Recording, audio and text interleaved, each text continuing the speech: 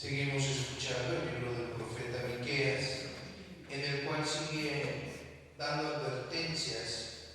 Y Miqueas es un profeta que, si bien da advertencias, que si bien da juicios y va contra las malas costumbres de las autoridades religiosas y del mismo pueblo, también da motivos de esperanza para que el pueblo o los allegados a Dios, que hacen la voluntad de Dios, pues pueden tener esperanza en Cristo.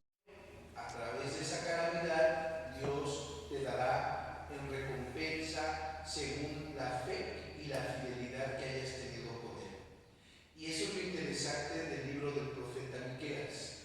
Es decir, hace una advertencia primero, pero después cierra su discurso con una esperanza en Dios, ¿no? Para que aquellos mínimos que hacen la voluntad de Dios pues puedan seguir fieles a ese llamamiento. ¿Y por qué decimos esto? Porque indudablemente, aunque el mal esté entre nosotros, aunque la gente se haya corrompido, aunque la mayoría de la gente se aleja de Dios, son pocos los que sí hacen la voluntad de Dios, ¿no? ¿Quiénes son mi padre? ¿Quiénes son mi hermana? ¿Quién es mi madre? ¿Quiénes son mis parientes? Los que hacen la voluntad de Dios, ¿no? Aquellos que toman en serio su papel de cristiano, aquellos que tratan en su vida día a día de esforzarse y cambiar lo que saben que no está bien, ¿no? Esos son los hijos de Dios, esos son los parientes de Cristo, ¿no?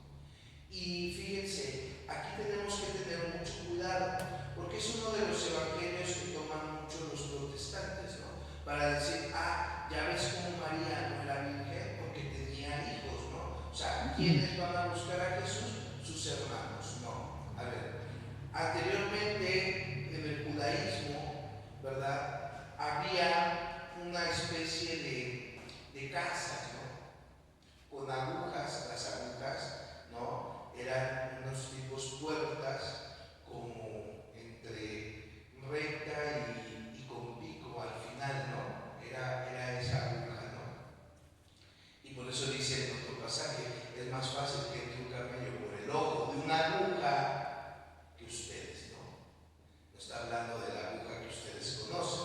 Pero fíjense, también lo mismo pasa, ¿no? Las casas judías tenían en común un patio. Y todos los que habitaban en esas casas alrededor del patio se llamaban hermanos, ¿no? Era mi hermano, porque convivimos desde chiquito, ¿no? Era mi pariente, porque lo conozco desde hace tiempo atrás, un tipo vecinal. Esa era la casa judía. Y entonces por eso dice, mis hermanos, mis hermanas, o sea, porque son cercanos, no porque sean de sangre.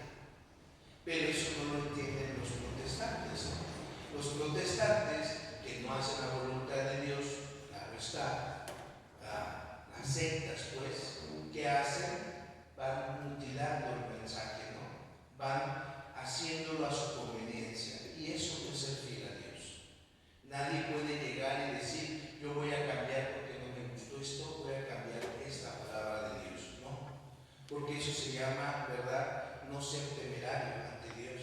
Y las sectas no son temerarios ante Dios, por eso usan estas falacias, estas mentiras, estos acomodos para confundir al pueblo de Dios, ¿no? Entonces dice, ¿quiénes son mis padres, mi hermana? ¿Quiénes son mis hermanos? ¿Quiénes son mi madre? Los que cumplen la voluntad de Dios. Y cumplir la voluntad de Dios no solamente es escuchar, ¿verdad? Oír la palabra de Dios, sino hacerla propia en tu vida diaria. ¿Qué te dice la palabra de Dios? No quieras escudriñar toda la lectura, porque obviamente lleva su tiempo. Se puede, pero lleva su tiempo. Hacer un exégesis de la Sagrada Escritura lleva tiempo. No nada más es decir, a ver qué se me ocurrió decir. No, te tienes que preparar. Te tienes que precisamente empapar de la palabra de Dios y de tu alrededor. Y no solamente de tu alrededor, sino también de muchas otras ciencias. Pero quédate con una palabra que te haga resonar en tu vida. esa palabra y entonces haz la vida. O que te ayude a cambiar algo, ¿no? Por ejemplo, Miqueas les dice, sigue diciéndoles, ustedes son unos infieles, ustedes no quieren hacer caso, ¿no? Y entonces puede ser que para algunos ese ustedes no quieren hacer caso, pues obviamente les llama, ¿no? Porque somos a lo mejor iguales que ese pueblo, ¿no?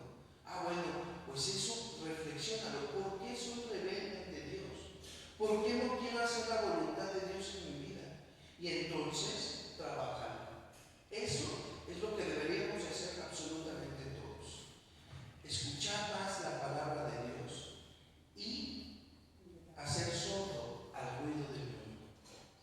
Nosotros nos gusta el ruido, ¿no? Nos gusta, ¿verdad? Algo que me pasó y que dijeron aquí, el día domingo, ¿verdad? Celebraba un padre, ¿no?